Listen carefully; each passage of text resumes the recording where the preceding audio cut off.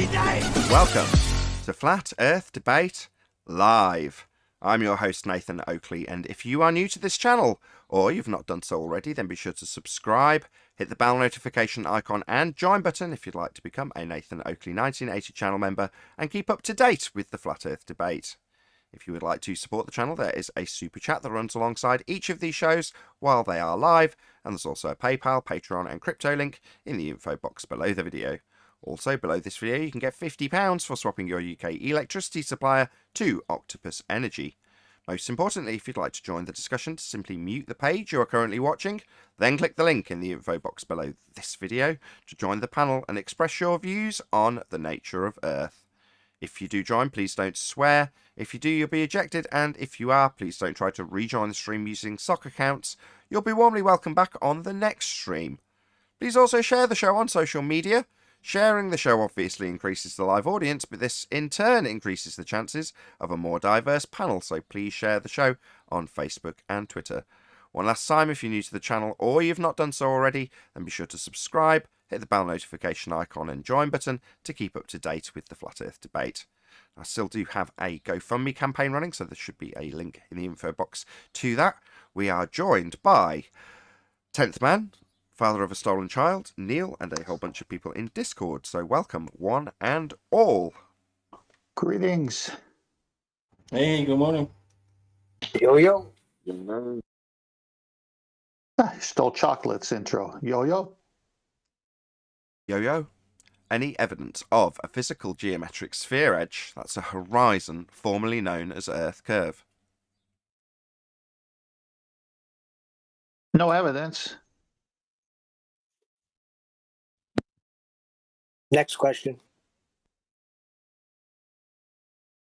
In the pre-show, I prefaced this intro by saying, look, let's make sure we get through the housekeeping questions. I didn't quite expect it to be this concise, but that's no bad thing. So no Earth curve then. So fundamentally, Earth not a sphere, debunked, definitely no evidence of the geometric sphere edge horizon formerly known as Earth curve. Excellent. Moving on. Any evidence of axial rotation of the Earth-based variety? Not of the Earth-based variety. 15 degrees an hour movement is of the luminary, not the Earth moving. Pretty simple. Go up in the helicopter. The Earth should move underneath you if the Earth is moving. It's not. Next question. Indeed, Earth would be rotating underneath if we were to observe this Coriolis deviation at 15 degrees an hour, as a consequence of Earth turning beneath stuff not attached. Well, they'll just say Earth and atmosphere travel as one. No drift then. Gas. So no 15 degrees an hour drift then. No proof we're spinning. No Coriolis effect then, Neil. That's the problem. Need radians to have axial rotation first. So the first question killed this one. That's what I was waiting for, John. Do you want to just repeat that for us? You need a radius to have axial rotations. So without that, axial rotation's done of the Earth-based variety. Indeed. Can't get a radian value to give you the axial rotation rates if you haven't got an R value. Any evidence of R? Earth radius? Obviously not. Oh, obviously not after that. Black Swan. Having radial tires on my truck, would that count? Earth radius? No, then no. Indeed, no. If the Earth was a sphere radius 3959, then every horizon distance measurement could be no more than 1.2 times the square root of the observer's height in feet. That's the geometric horizon. That's Earth curve. And the Black Swan shows the horizon is beyond the geometric limitations of a sphere radius 3959, therefore the Earth is not a sphere. You require a geometric horizon to derive your R value. Every single Earth curve assertion is either assuming an R value or based on the premise that you can measure an R value. And we've debunked it with the Black Swan. There is no R. Earth as a sphere is debunked. Any evidence of the distance to the Sun? Wait, but do any of the ballers claim that that's not the horizon in the Black Swan photo and video? They say it's not the horizon. What do you mean? We only have one horizon. The horizon in the globe Earth geometric model is a sphere edge claimed to be capable of blocking boats and buildings into the distance. That's their No, I'm horizon. saying, do they claim that that's not in the picture, that that's not the horizon? I mean, they can, if they choose to, deny the evidence of their own eyes, Neil, but I don't think I've come across that problem yet. You mean the very thing they're supposed to see and measure that they've never seen and measure and say could never be seen and measured, so they get the value of 3959 from something they've never seen or measured? Is that the one you mean? That's the one. Well, I heard we've never claimed we're supposed to see and measure the Earth curve. No, I've heard a baller say that QE enhanced it so you could see the horizon. That's not really the horizon. That's just some sort of anomaly. That's what. Okay. I mean, like I say, if you want to deny the evidence of your own eyes on the globe side in regards to where the sky appears to meet the sea in that image, then that's fine also. Now, you can believe your own eyes as a baller if you just realize that the curve function collapses upon measurement and observation. Any evidence of a self-perpetuating molten iron core at the centre of a presupposed spherical Earth? Not real, not even in Washington, where all the apples are. Need a sphere for that. Molten iron, you mean? What about this molten iron? Where was it sampled? It wasn't. Why did they make it up? Why did they create a molten iron core? Probably to justify the magnetic fields that we have. How does molten iron create a magnetic field? It doesn't. It's beyond the Curie point, but maybe they didn't know that when they came up with the story. Or did they? Did they do it on purpose? I don't know, Owen. I'm sorry, I can't divine motivation. I can just point out where their rhetoric and stories are incorrect.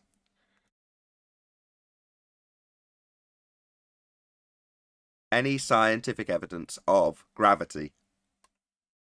What is gravity? The bending of a conceptual medium which Perfect. causes mysteriously, it cannot be scientifically proven, but it causes the Wrong. emergent force. Owen, you keep getting this the wrong way around. Right, I'll just say it once and then we'll move on because I don't want to drag this out. The current rhetoric of Einsteinian bending pseudo-force space, that is gravity, is caused by the uneven distribution of mass. The effect is gravity. The claim cause in pseudo-Ramonian force space, that's length, breadth, depth, and time, in mathematical descriptive terms, is the uneven distribution mass in pseudo-force space, causing the bending of space-time. So it's an effect, not a cause. You do that every time, are we? Yes, but what is relative density caused by then? That's relative density, not gravity. Moving on. Any single viable hypothesis from any of the fields of astronomy, cosmology, or astrophysics? No, Not yet. What they do cannot go through the scientific method fully.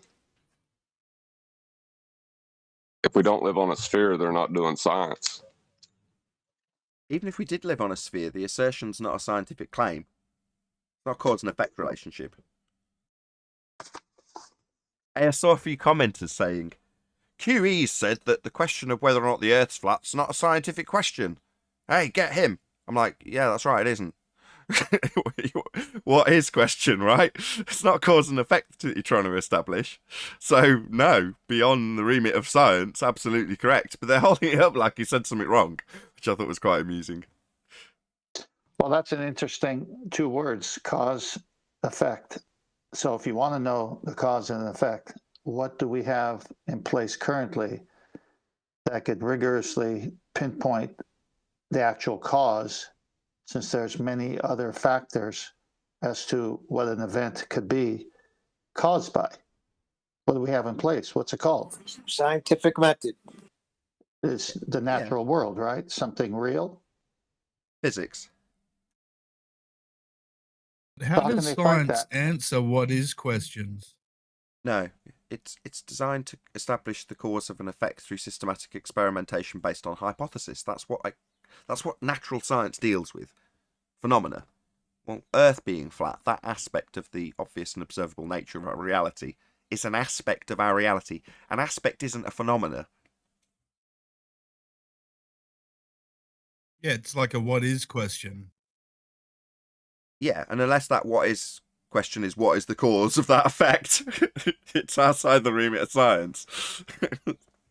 Sure, but how does science answer what is questions?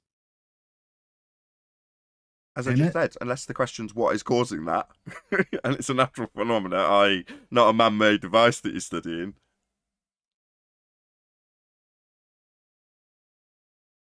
Like, Sci- what is the sun? Yeah, that's a what is question. Look, it's a very narrow field, right? If you've got an empirical outcome to something, that, I mean, it doesn't necessarily suggest that it's going to be narrow, but I would say it does. The implication is that if you're going to have an empirical outcome from something, then it's going to be hyper-specific, and science is. Anyway. Well, the ballers would claim that, that's too narrow, and that's basic science, and they have advanced now to the higher science. What, the science of making up stories based on something that they observe in the sky? Yeah, they will talk about their mathematics as being higher science, but you can't get much higher than empirical outcome. Isn't that correlation versus causation? When you establish empirically the cause of an effect, that's science, right? Empirical. Look it up. Look what empirical means. And then tell me that there's a higher science when you come up with a just so story for a light in the sky. It's absurd. Well, they have to have a higher science, Nathan, because they can't answer the question of how you can have gas pressure without it being contained. Perfect timing. How can you have gas pressure without a container? Any evidence thereof? No, you can only make it up. And that's why they haven't answered this question, which is a very basic question. All you got to do is show us how gas pressure could exist without the container. But they can't even do that. Well, I was arguing with a baller and was saying, look, I understand that, but it has to be something because we have space. That was his answer to me. When you suggest that you have space, therefore second law of thermodynamics doesn't apply, it's a begging the question fallacy. So often I will ask fundamentalist religious zealots, beyond your fundamentalist religious zealot belief that the sky is a vacuum, how can you have gas pressure without a container? Because the natural instinct of a fundamentalist globe-believing fundy, it's a bit redundant, is to beg the question of the sky vacuum and then tell us that obviously the second law of thermodynamics doesn't apply because the gas isn't filling my presupposition that the sky is a vacuum. Well, that's a begging the question fallacy, to assume that you've got a sky vacuum and therefore not require a justification for its violation of that particular law. That would be an entropy increase, or standard gas law. The volume that you would calculate it with would be the volume of space the gas has to fill. And if the sky was a vacuum, that would be an availability of volume for the gas we breathe to fill. And fill it must. That's what gas does. It expands in all directions. So the gas we're breathing, which is at pressure, would fill the sky vacuum. Now their response is often to say, well, we have a gas pressure gradient, which is merely a delta of the original question and assertion when you've got a sky vacuum belief. How can you have gas pressure in the first instance without a container? And they would say, well, a delta of gas pressure gradient is something we experience. It's like, well, how did you achieve the gas pressure in the first place without containment? And the answer is you can't. It stands directly in violation of several natural laws. Without the container, there can be no pressure. Therefore, if the sky was a vacuum, as asserted in the heliocentric rhetoric, then the gas we breathe would fill the space. Outer space, claimed to be a vacuum, is fake. Therefore, any claims from that claim to be sky vacuum are automatically fake, including but not limited to pictures of Earth from space. The region is fake, second law of thermodynamics violation. Therefore, the pictures claimed to have come from the fake region are also fake. Orbits in a sky vacuum, which is also a begging the question fallacy, which I won't detail now, is claimed to take place in a fake place called space. Therefore, automatically fake. Same goes for satellites. All debunked by the second law of thermodynamics and several other laws of nature, descriptions of how things occur always. Standard gas law, Boyle's law, Avogadro's law. These are all violated by the assertion that we have a sky vacuum. We don't. And any stage performance that comes from that region is also fake, including the ISS, taking place on a stage, on Earth, on high wire, not in a second law of thermodynamics violation sky vacuum. Orbital mechanics also relies on R. So, yeah, that's not happening either. Indeed, it's a begging the question fallacy. I've always said this and known this without having the black swan as an argument that you need to utilise to debunk it in one stroke. You can't have orbital mechanics without an assumption of the R value, and we've debunked it with the black swan. But orbits is always going to be a begging the question fallacy to begin with. Nice that we can debunk it with one breath. We debunked R. Bye-bye orbital mechanics. Bye-bye globe Earth. Well, that leads to the question then, are we a closed or open system? Closed. We have gas pressure. True. We might be isolated. There are no isolated systems in nature. No, I was saying nature itself may be an isolated system. No, I doubt it. The isolated system is something that men have conjured to describe natural laws in a more simplistic way so that mere mortals like ourselves can A, describe them to others, and B, understand them in a simplistic way. But we have conjured the idea, the notion of an isolated system. There is no such beast.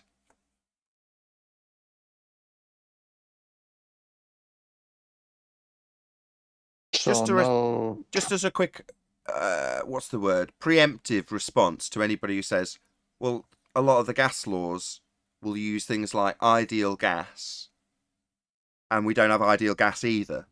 Therefore, the law doesn't apply. It's like, no, oversimplifying it so that it can be described in terms of something that is occurring always doesn't mean that our mere descriptions of them make them reification fallacies or not applicable. That is us observing something always and describing it. Sometimes you could say it's a crude way to do it. Obviously, our language isn't the effect. It's just us describing it. But ideal gases and isolated systems, things we have conjured to make the descriptions more simplistic, doesn't make the law of nature not apply. It's still a law of nature, regardless of how crude you want to consider our descriptions of them. So when a student goes to school and they open a book and show Earth and space and all that, and the student goes to the teacher and says, this is a violation of the second law of thermodynamics, what does the teacher say? Get out. Go to the headmaster.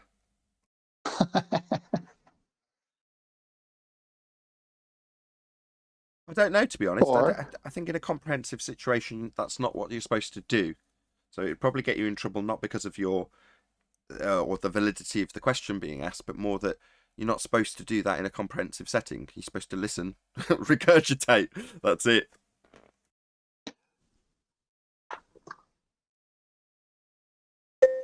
Yeah, most teachers aren't equipped to handle those kinds of questions. Because there's a force. Right, no, but Most Nathan's teachers right. are equipped to He's handle pointing out. questions and something about a force, and then I'll be interrupting the summary of both. Who wants to go first, Rams or John? I was just saying that they'd probably respond by saying that it's not a second law violation because there's a force that's keeping the gases here, for instance.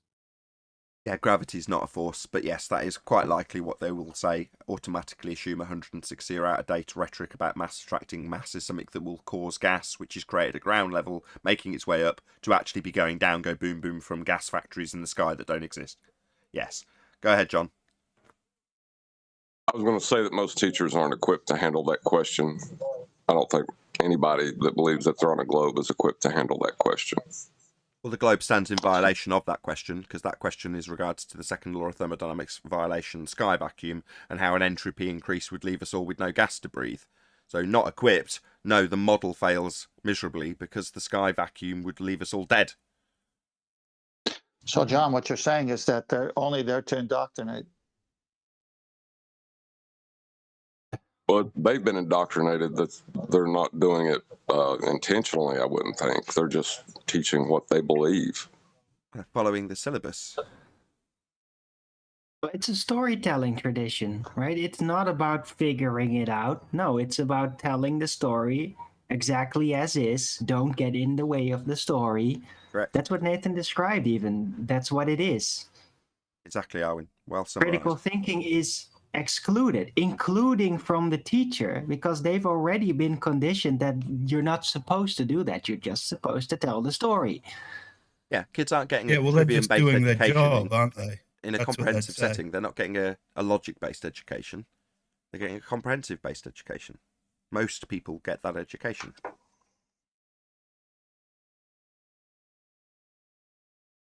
Except when I asked my teacher over and over and over again, he responded, look, I don't even believe it. I just got to teach it.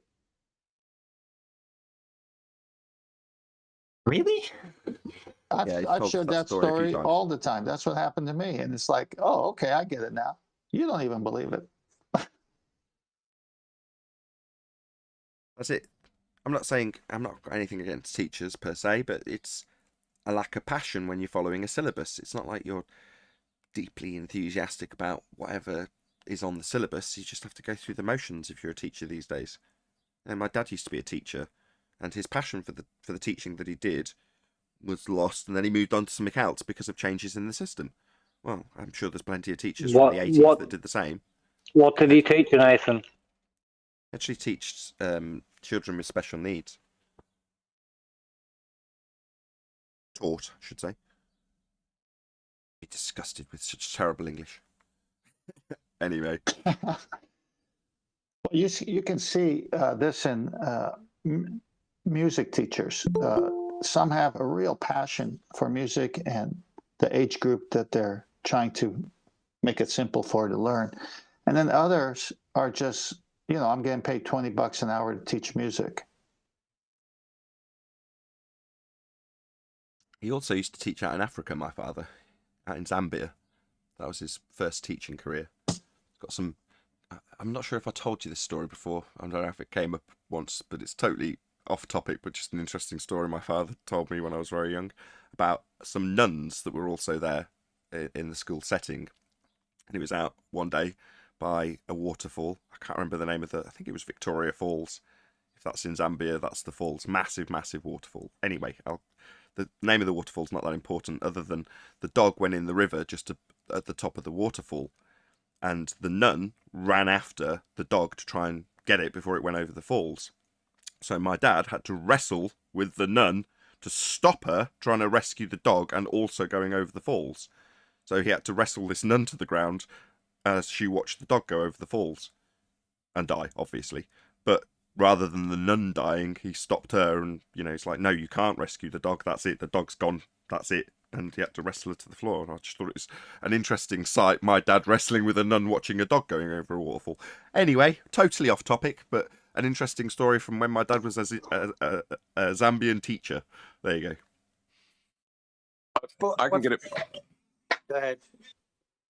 I was going to say I can get it back on topic because that whole assertion of gravity keeping the gas here, the M1, the center of M1 being drawn to the center of M2 is also debunked by the black swan.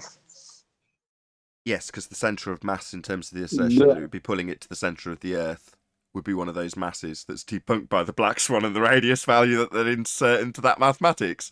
Yeah, you're on fire this week. I love it. Indeed. I was just going to say what's black and white and red all over.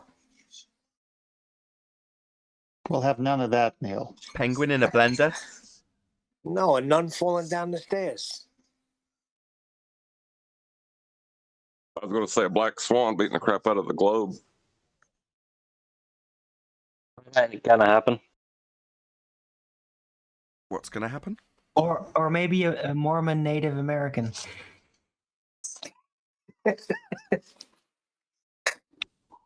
I'm glad you got that one, Neil.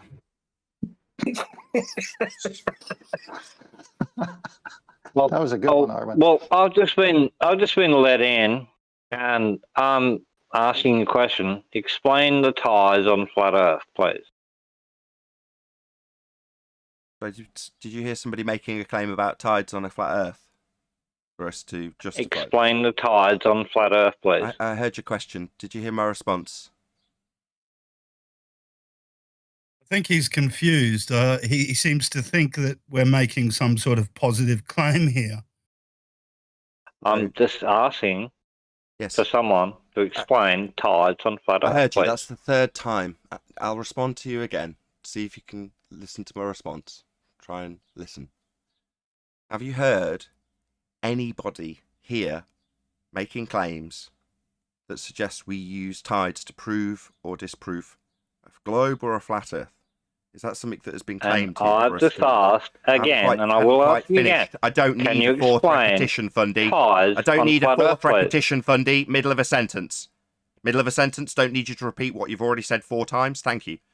But what would be nice if you acknowledge what I had said at least once, which is to say, for the third time, have you heard anybody here claiming that as an evidence that we should be defending? If not, do you have a claim about tides? Because there is a positive assertion that tides are linked to sphere Earth. It's not a claim we make as flat earthers, but potentially if you're a globe believer, it might be something you want to defend given there is an outstanding claim on the globe side about tides. Do you understand that? If you want to go round and round and round circles, you just equated that to 0. No, Because I've just simply asked think- a simple, very easily asked, very easily answered question.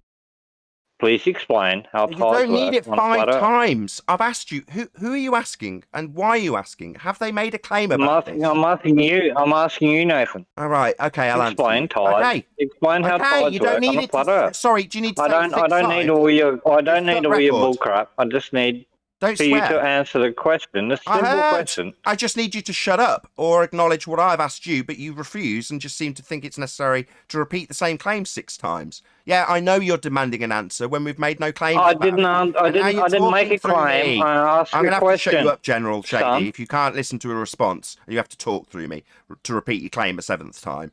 I'll have to shut you up because you're not tolerable as a guest. It wasn't a claim. It was a question. All right, I've made no claims about it to have to defend it. Do you understand my response or not? I asked you to explain how it works on flat Earth. So that's 7 all. times. You're going to repeat it a 7th time. Did you hear my response? I've made no claims about it. Simple. I didn't ask you to explain your claims or anything else. I asked you how it works on flat Earth. That's it. Tides. Yeah, I've made no claims are not about it, so I don't need to required defend it. If you want to run away from my question, then that's fine, and Tides just admit don't you're a prove coward. or disprove But I asked the you flat to Earth. explain Oh, will how you it shut works up? on a flat Earth. It's a very easy question, mate. Yeah, and I've made it clear that I've made no claims about it to need to defend it as a question because I've not made a claim about it. However, before you interrupt, immediately Fundy mute me. Coward. I'll point out again something else you've ignored as you interrupt me for a 2nd time in this sentence. That the globe makes positive assertions about tides within the heliocentric model. That is a positive claim, not one I have made that perhaps you might want to defend, as opposed to reversing the burden of proof and asking me to justify something that there is a positive globe claim about, and I make absolutely no claims to need to justify the question you have asked. I don't make a claim about it, the globe does. So really, the situation is as follows. The globe makes positive claims about tides and the moon, tidal attraction and forces that aren't forces. Something that you, as a globe defender, need to defend if you're going to be here. Me, I don't make any claims about tides. I am going to be interrupted when I point out by a Fundy coward who feels it's necessary to point out that I'm going to be answering the question. Maybe an 8th rendition of the exact same thing will somehow make it reasonable that I defend this claim I don't make when there's an outstanding globe claim that you haven't addressed in 4 renditions of the point. Sing around with words, Sal. Right, let's kick him out. Anybody disagree that I should kick him out? No, kick him out. He thinks he Please can walk explain up the to any tides on string. a flat. Yeah, Well, I he heard it doesn't 9 seem times. like a Now you're going to very get kicked out. interesting No, challenge. he's a zombie. He's a zombie. He thinks he Right. can walk up to complete strangers, ask them a question that they've never made a claim to, and keep repeating and chanting. This guy. Yeah, he's a chant. But it's He's a chant. totally Chanting. pointless because on a flat Earth, it's not required. Like, yeah, there can be tides or they don't have to be. It doesn't really matter. It doesn't prove anything about the shape of the Earth. So, there's only this claim that the tides happen because of the moon passing by, still based on old Newtonian gravity mechanics, that there's tides because of that. That's on the globe side. The flat Earth, there is no specific relation to the tides. So he's got to give an answer. Hold on. Put his question in a form of fear. Well, now, how does the tides work on a flat Earth? Yes, I said this the other day, and I'm just not applying my own words. Exactly. You can spin most anything that they ask you in terms of their actual cognition, in this case, fear of the outcome. Well, currently he's got an explanation for how the tides work on a globe, something he'd rather chant and fundy mute me pointing out. He has a positive claim about it, has obviously stumbled upon this subject, and now desperately needs answers from us about how they work on a flat Earth. Well, I haven't made any claims about it. Maybe go out and find out how it works on a flat Earth if that's something that interests you. I'm not making any claims about it to need defending it. Something I pointed out to him about 5 times, only to be met with the rendition of, you need to prove it on a flat Earth. No, I do not. I'll give you, ladies and gentlemen of the audience, a nice little story about what I do in the chat when this comes up. I ask my opponent to justify premature sycamore pollination in the north of England on a sphere. Now, ordinarily, most people say, I don't know what you're talking about. Why would I go and know this and know how to argue it and know how to defend it? I don't know what you're talking about. And I'm like, go away and prove it on a sphere, or else the Earth's flat. I win and you're a coward, like this guy did.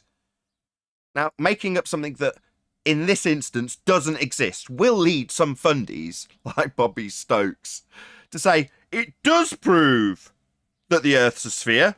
Here's a Google search on pollination. And you go, oh yeah. Well, given that I made up premature sycamore pollination in the north of England on a sphere, I'm pretty sure it's not proving a damn thing. It's just my way of highlighting how a burden of proof reversal fallacy works. That is to say, charge your opponent with something that they haven't claimed and to give evidence for it. It's like, I haven't made that as a claim. Why would I defend it? Well, because he's got an outstanding claim about it, hasn't he? He's got moon pulling the tides in his heliocentric model, an outstanding positive assertion with absolutely no justifiable proof to back it. It also doesn't work in Einsteinian field equations. Big problems for the sphere Earth claim of tides. Me, I don't claim anything about it, but I'm going to be charged with it 9 times by a chanting wanker? No, we will just shut you down as you call me a coward when I point out and you ignore that I haven't made a claim about it. But the Globe does, and they can't defend that claim. So best to put the burden onto me, my friend? No. But we obviously can now deduce your fear about this problem for the Globe, not my problem. Hey, Nathan, didn't we cover this in the pre-show? We talked about how they avoid the housekeeping questions that were just read, outstanding, ready to be answered if we live on a sphere, real easy if we live on a sphere. And what do? They come in with something that has nothing to do with anything we've said because they don't want to hear those same housekeeping questions. Well, even if we try and keep it on the subject that he's asking about. So we point out that there's an outstanding positive assertion in terms of tidal locking with the moon. Okay, that's not a claim I've made, though. Why are we discussing tides at all? Well, because there's an outstanding positive globe claim in that regard, which I'm suddenly being demanded to defend on a flat Earth. No. Well, like you said, it's their claim. I mean, the seas do rise to explain their claim. Yes, we do have tides. Hold on, Rams, go ahead. The seas do rise in cycles. I mean, we can accept that, right? So, I mean, really, to answer him, it would be to say, we don't know, right? I don't know. I'm more than happy to so there is, that I don't know what a causes phenomenon tides. described as tides. But I'm not claiming to. So, no, I don't know what causes tides. But he'll take that as some sort of win. Well, I've got an explanation for it with the heliocentric model, therefore I win. You haven't got an explanation, I have, so it becomes a false dichotomy. Well, I'm not going to allow that. Yeah, for you, I'll say I don't know, because I don't know. But I don't need to. I'm not making any claims about it. The globe is, however, making claims about tides. It struck me as one of two things, that last chap. Either coming in, wanting one of us to build a straw man for him to knock down, or probably more the latter, that he's come across tides, realises the issues that are in his model, and hence his question, please give me something else because mine don't work. Is there something else to consider? Can I disprove your model just to keep clinging on to mine? But it's not coming in with his own claim. He's just desperate to cling on to his paradigm by attacking something in flat Earth. And it doesn't prove his paradigm, but it just reasserts it for him by demolishing the fact that you can't have tides on a flat Earth because the moon won't do it. I mean, it's full of assumptions, isn't it? Desperation, but that's how it seems to me that we're coming in now. As 10%, we're not going to attack the housekeeping questions. We can't. So we'll straw man, or what we witnessed there. I don't know what that was. But there are tides on a flat Earth. Yeah, there are tides on a flat Earth, but that aspect of the nature of our plane isn't anything to do with tides. Yes, we experience tides. Do we have any cause for tides? No. It's certainly open to the remit of science. It's a phenomena we observe. Yeah, we could all science it. Am I interested in sciencing the cause of tides? No. No, I hold no interest in doing that, nor do I have any interest really in figuring out why sycamore pollination occurs. It doesn't occur prematurely in the north of England, and that's nothing to do with the sphere, but I can definitely use that as an example of how I can charge my opponent on the globe side to justify it. Right? No, because they presumably have no interest in sycamore pollination in any way, shape or form, or make any claims about it. Therefore, why would they need to defend it? Well, they don't. Like, I don't need to defend tides. I'm not making any claims about them. But as you said, that's a gravity assertion anyway. Well, that's the point, Neil. If he'd come in and was taking his Bohr model, which does make claims with regards to the moon and tides, and wanted to discuss that, we could do that. We could take that apart, frankly, couldn't we? But that's not what he's done. He didn't want that. Doesn't want to look at the weaknesses in his model that kind of demonstrates that it's not a ball. He wants us to give him something to knock down. He wants us to make a claim. Well, we're not making a claim. Like we say, it's not commensurate. This with regard to the nature of Earth necessarily. Correct. He wants to build up a straw man to burn. And if he can challenge us with a question that he's already got an assertion for that he then doesn't have to defend, he can burn the straw man if someone comes up with an explanation, which will be poor. Yeah, like the person in chat that said, explain auroras on a flat Earth. Yeah, that's how Bobby got caught, right? I was like trying to explain to that guy in chat with my example of a burden of proof reversal fallacy, asking him to explain premature sycamore pollination in the north of England on a sphere. And the guy's like, what? I don't know what you're on about. Why would I have to explain that? I don't know. How does it prove a sphere? And I'm like, I'm not claiming a sphere. You've got to go away and make it prove a sphere. Go.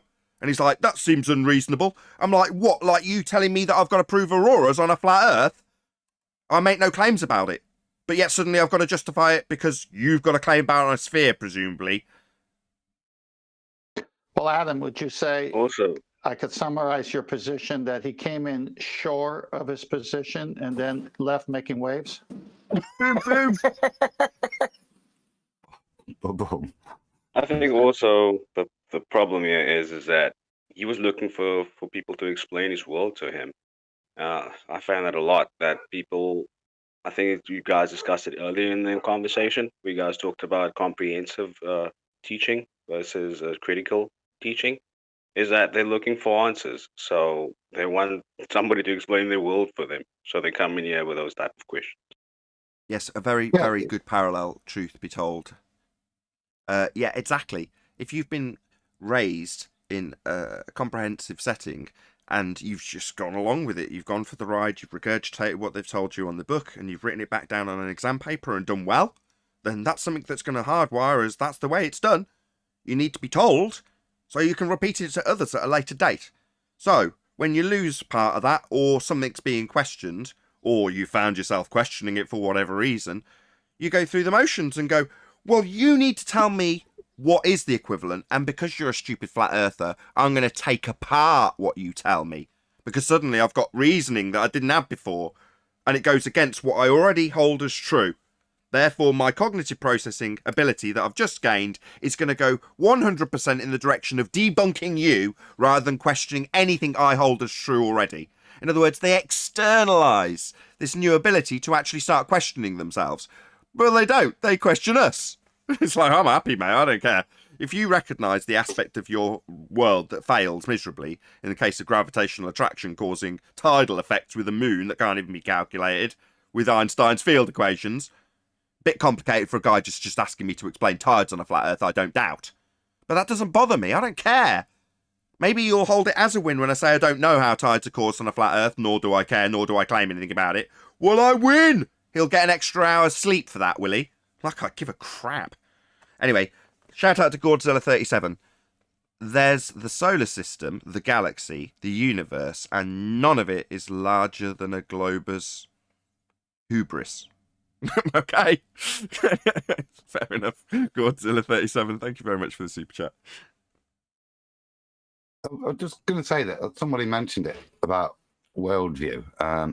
And there is that. It's they come here seeking a new worldview. And then if we're unable to provide them a comprehensive just so story, it doesn't matter whether it's true or not. If we can't provide something that reassures them that everything's understood, really, then they're not prepared to even look at the faults in their model. They're happy to just go, well, they can't even provide a story, so I don't even have to look. Mine must be true because my story covers every angle. It's got a just so for any bit I want. Whereas these guys, they just go, I don't know. Well, that's what the person in chat was doing with Auroras. He said, if you can't explain like any explanation I'm going back. is better than none. Well, it's it's trying to create a false dichotomy. So you say, well, if we've got two options, flat Earth with a crude explanation I've just pulled apart because I'm ace as a glober, and globe Earth, well, whichever fails is going to be the outcome. Therefore, flat Earth explanation isn't existence for the tides. Globe Earth explains the tides with lots of anomalies and lots of problems in terms of Einsteinian mechanics. But other than that, it's still got an explanation I can rattle off. Therefore, that one's true. So they just create their own little false dichotomy and then bury one of the options. They're looking for a new priesthood. I sometimes think that I swing two ways on that opinion. So they've come to us because they need answers and they want coherent answers because they need a new priesthood to follow. Sheep that need a new pen. Well, I've got no interest in being their shepherd. But the other type are just the type that want to burn the false dichotomy straw man. In other words, they're not looking for a new leader. They're looking for an explanation to burn so they can sleep better at night about their belief in the false dichotomy choice they've made in a globe Earth, working or not working. You know, regardless of how much you say my tides don't work on a globe Earth and the reasons why, you don't even have an explanation, therefore mine wins. Well, when I finally figured out that the Earth was flat, the first thing I did was started looking for answers. You know, before I come to the realization that nobody has them really. I listened to a bunch of crazy ideas. Yeah, and that's the problem with flat Earth in the whole, which is why I often don't want to associate with the group that's labelled flat Earth, because a lot of it is people are coming up with their own batshit crazy ideas about how the world works. And when it comes to things like the sky, the claim is that it's a vacuum, it's an ever-expanding infinite nothingness that the gas isn't filling in violation of natural law. That's what we're told. What have we got beyond that? Well, I suppose it could be angels, you know, why not? Well, that's what we were told before. Well, other than that, what have we got to go on? Us. Me. If you come to me and demand that I tell you what the sky is, well, I've got about as much as you have. I've got what we were told that we know is wrong and why it's wrong. That's all I've got. So why should I suddenly be the arbiter of the sky, or anybody else for that matter? But you could be. Isn't that exciting?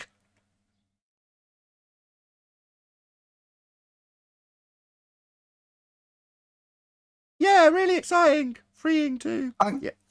That I think we were all guilty of when we first come into this. You want that comprehensive story. We want to build maps. We want to make this. We'll sort it out. It can't be that hard. That realization and that application of the critical thinking to the comprehensive knowledge you've been gifted in your question. It's not about replacing that. I think that's part of the acceptance. Is as you say, Nathan, it's going to the point of going, wow, isn't it wonderful? I don't know anything. And accepting that means you don't have to have a paradigm to realize that the bunkum you've been fed is false and to critically analyze it yourself. To your last point, Nathan, one of the things I've noticed recently around the flat Earth community, so to speak, is these theories about ether. It's a common thing I'm hearing talked about. And when I've criticized some of these flat earthers about it, I'm being labeled as a baller now and a fake flat earther for questioning them. That's Well, what sort is of ether? experience. That's your first question. Exactly. What is ether? I don't know. I'm asking them questions about this, and all they have is well, nothing really. Ether's flat Earth dark matter. It's a place to put effects that you can't explain, and so you stick them and put it down to a medium, this, that, or the other, which you have drawn logically from other things like waves, sound waves, physical waves in mediums. You draw these things, you see similar things that you ascribe to a way, and therefore you come to a conclusion that there must be, in this case, the conclusion there must be a medium that's having this effect that's then ascribed as ether. And yeah, then they're doing reified something that into we something. criticized ballers for. Yeah. Yes. That's why I say it's out of dark matter. Well, That's listen, I've correct. heard Witsit say ether, and that's how you astral project through the ether. Okay, this is where we're getting at now. Right, so as they go, another thing that people have experienced and you can do. So that effect, again, is ascribed to what? What evidence do we have of the ether other than the effect that we want to put it into this magic medium? Yep, So observe that we and then declare. understand it. Observe and declare. That's basically what it is. Make up a story. Decry science. Don't establish cause and effect. Create an entire medium. Doesn't matter if it's ether or pseudo force space. Creating mediums for things that you don't have an explanation for to take place in so that you can explain them within that medium is sad, in my opinion. And the reason why we're on a spinning ball flying through a sky vacuum. Hey, wait a minute, don't mediums imply that they have physical characteristics? So if it's medium, so what is the physical characteristics of this medium? Well, they can't answer that question. There isn't any. They're describing the lack of its physicality as its physical aspects. Describing something by what it doesn't have isn't describing what it is. You can't show me ether in the same way you can't show me space-time. Well, they call space-time a medium, right? They call that too. And even they also, I've heard them describe even fields are some form of medium too. And but are fields physical? Are they? What are they? I've heard that described too. It depends what kind of field. Magnetic field, electric field, same thing. Field with grass in it. Exactly. And most fields that I've heard them talk about is more the mathematical description of something, it sounds like to me. So I'm hearing that a lot lately, mathematical descriptions. I've been hearing that from both sides of the argument. Yeah. Well, they I've want their heard that space. the ether is where all these fields are. That all these fields happen within ether. Within Sounds the like ether. air to me. So the ether could be the physical world.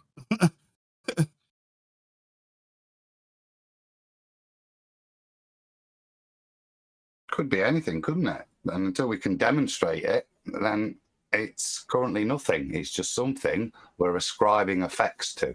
that we don't understand, so we put them in a box so we feel like we know what they are, because that's an effect of the ether. Right.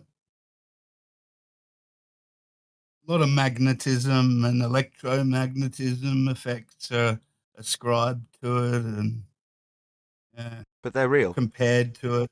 But they're real. You can demonstrate those effects, no problem. Yeah, that's why they compare them to those sorts of effects. So, okay, Well, so I've been take hearing. one of the effects ascribed to ether, manipulate your ether, and watch the effect change. You can't manipulate ether. You can't. I was just going to say that. How are you going to manipulate something that's you don't know what it is or where it is? Adam, it was you who told us to manipulate ether. So what do you mean? Well, that's what I'm saying. If you're gonna say that this, you want to demonstrate this thing some way, then manipulate it and show its effect. You're saying that this effect, say, of light is down to its transmission through the ether. Okay, manipulate the ether and show the difference in the transmission. Was that all the housekeeping questions? Yes, we did definitely cover all the housekeeping questions. Didn't they do that with Mickelson Morley? But they assumed ether, Neil. Correct. They didn't manipulate anything. They just assumed it. Right. In the same way as you can assume gravitational lensing when you look at some effect of light in the sky. Well, the same thing applies. Okay, let's see gravity being manipulated to cause that effect. Oh, right, you can't, can you? It's just a description in maths of pseudo-force-space bending due to the uneven distribution of mass. Well, how are you going to manipulate this whole it? ether thing sound. I was just going to say, this whole ether thing sounds like they want to hold on to some sort of space. Well, it's funny. It's funny. Yesterday, I was in a discussion with the ether proponents yesterday, and they started using the terms like geometry. And I thought, wait a minute, what is geometry? Anybody know what geometry is? Isn't it mathematical descriptions? So it's like they're actually going to the very direction that the space-time people go to. Mathematical That's my point. descriptions, models, right? That's Go ahead. right.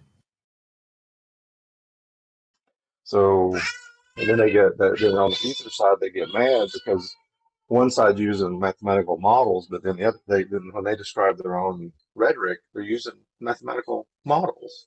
So Yes. what's the deal here, guys? Well, the deal is something that was illustrated to me after or shortly after having a crash course in science and the scientific method from Quantum Eraser.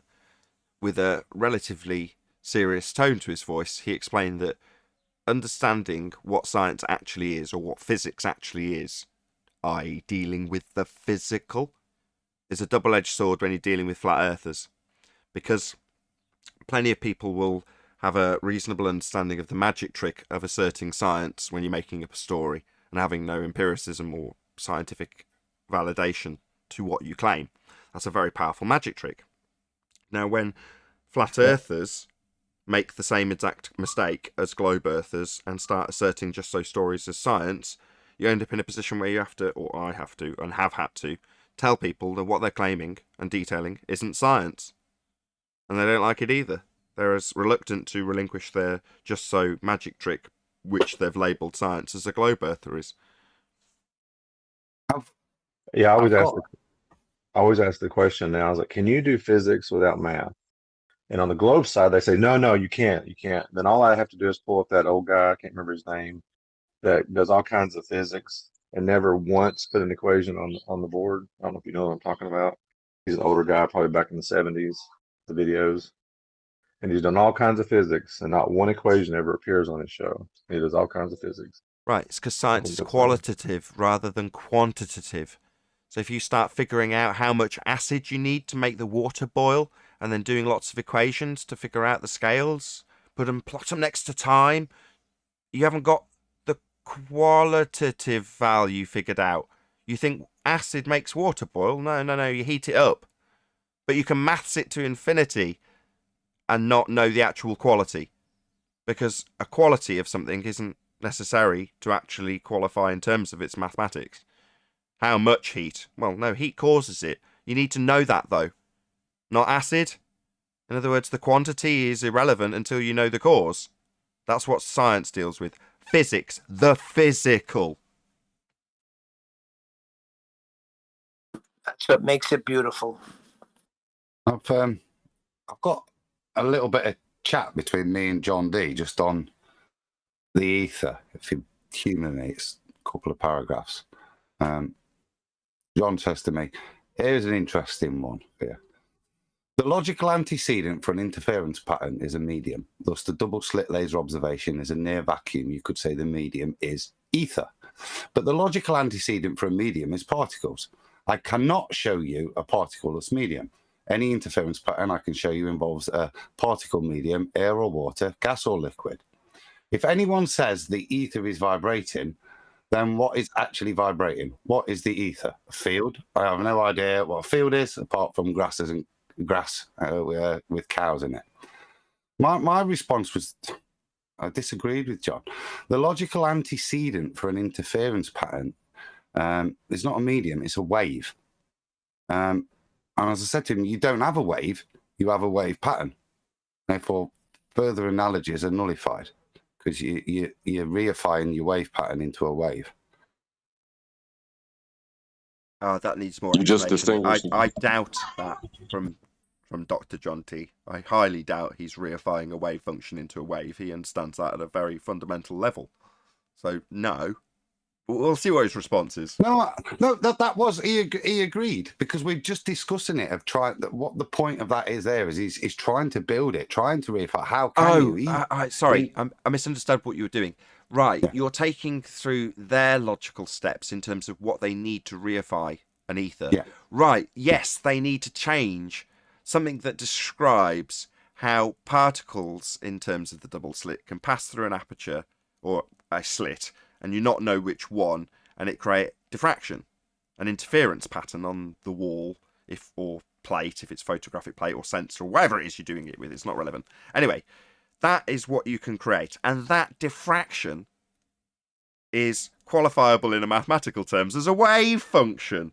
Is it a wave? Does it pass through a medium? No, it doesn't. No. Furthermore, it doesn't even seem to have a journey. How bizarre is that?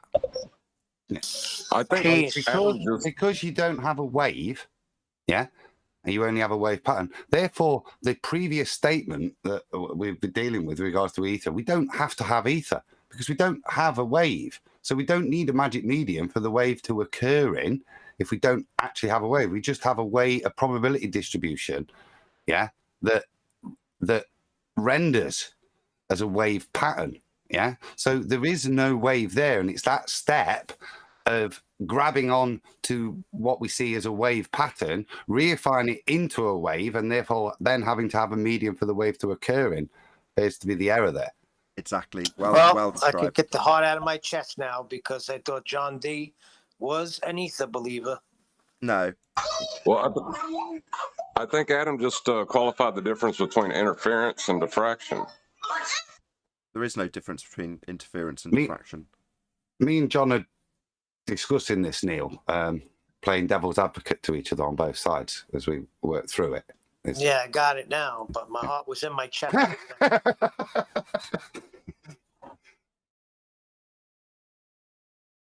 Well, doesn't interference require a wave? No.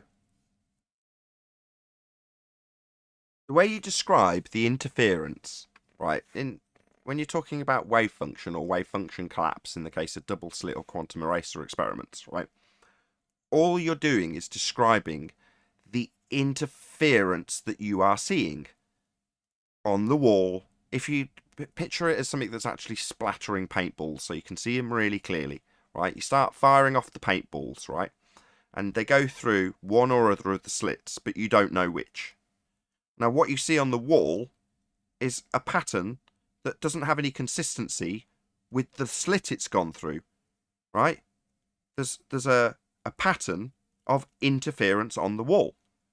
Well, that can be described mathematically as a wave function. That's the type of interference. Yeah? Well, that pattern is also known as a diffraction pattern. Well, diffraction is just interference. They're the same thing. Well, let's give you the opposite. When you do know which slit it goes through, what do you get on the wall?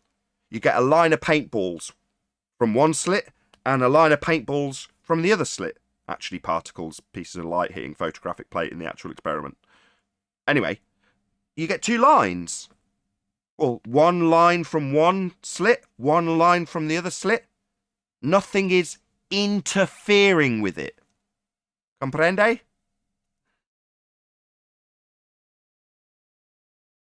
No waves. No waves involved. No medium required, no waves involved, mathematically describing things as wave function when describing probability distribution. That's what a wave function actually is. What is the probability? Let's say you've got 5 lines instead of the 2. So 2 lines is no interference, just 2 lines on the wall. It goes through one slit, one line. Goes through the other slit, another line. No interference. No diffraction. No probability of a distribution. So when it does go through, you fire one paintball and it goes off and it goes to the far left. Right, and you mark it down on your chart, one to the far left. Then you fire another one, it goes to the middle. You mark that down on your chart, went to the middle. You do that 50,000 times and you can work out the probability of the next ball fired hitting the middle, hitting the left, hitting the centre, hitting the right. You can work out the probability of where it will hit next. And that probability is a wave function in maths. Not a wave travelling through a medium like a wave on the beach. Just a probability of where it will hit next. Because it's got interference. It's not going into the where you'd expect it point, one or other line. It could go to the left, it could go to the right, it could go to the middle. Interference, diffraction.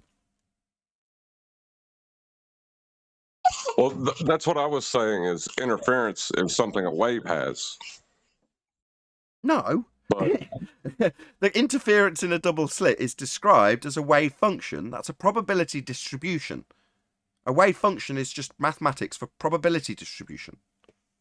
That's diffraction. Described mathematically. That's all it is. Because the patterns are the same, we assume that the cause is the same.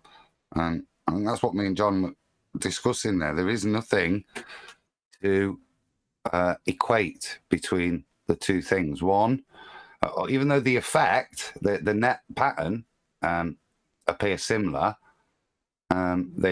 the function of how they're derived is different. One is an interference pattern with two physical waves when we see it in gases or the liquids, whatever, and the other is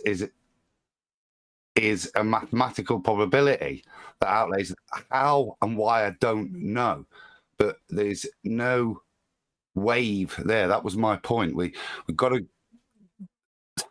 realize the point that there is no waves there. There's only a probability distribution. So to then move forwards logically with a wave in your hand as a thing to move forward with and draw conclusions to is the error, is the point I'm saying there. There is no wave to then equate this behavior to other mediums.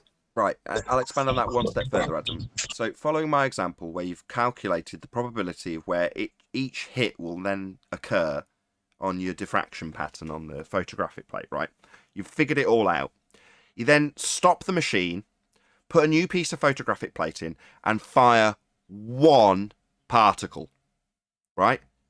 You can still calculate the wave function and therefore where you believe, based on probability, that first particle will hit. Now, at that point, you've still got a mathematical probability that you can calculate, right? You've still got your wave function, but you've only fired one. It's still part of the mathematics. It's still describable with a probability that you can now calculate to give a prediction.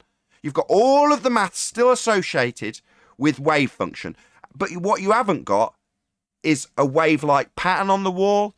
You haven't got multiples of them to go in a wave-like propagation through a medium. You've only fired one. But you can still describe it with wave function. just only one particle.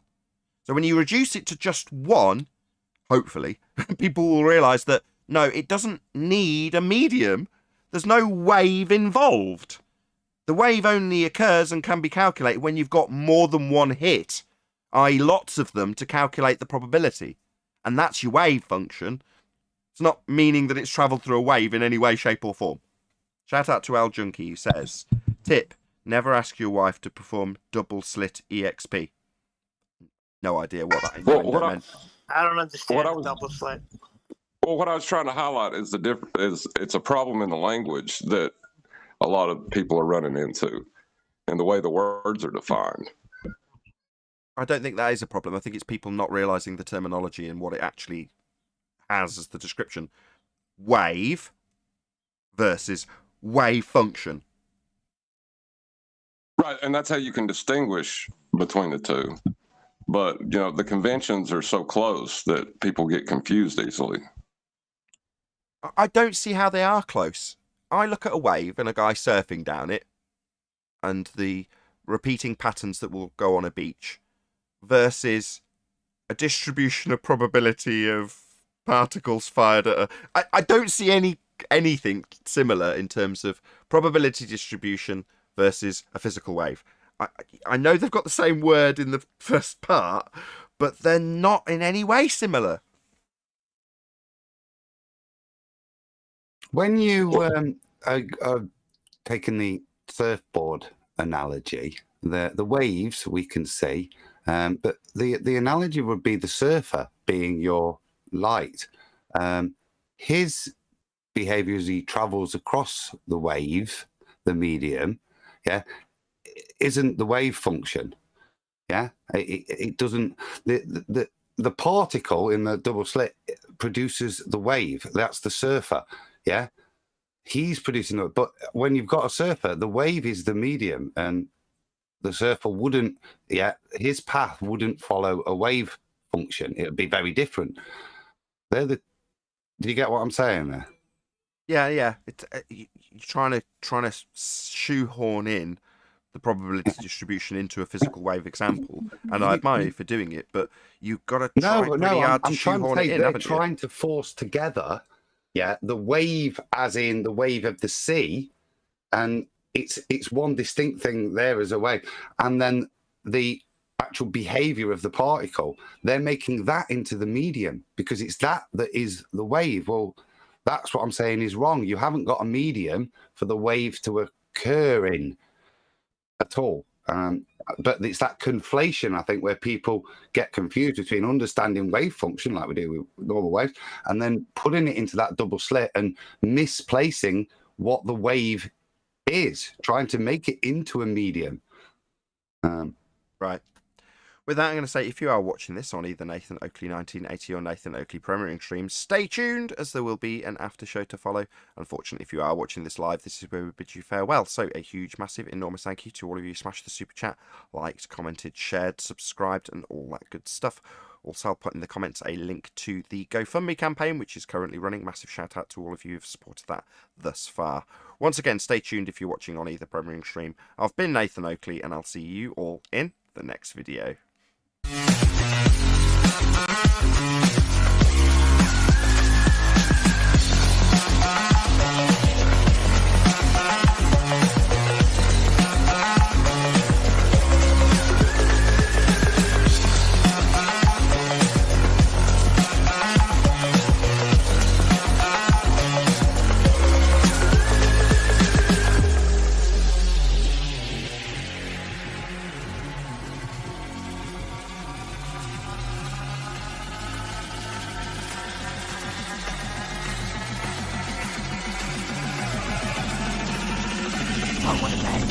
What a lovely day!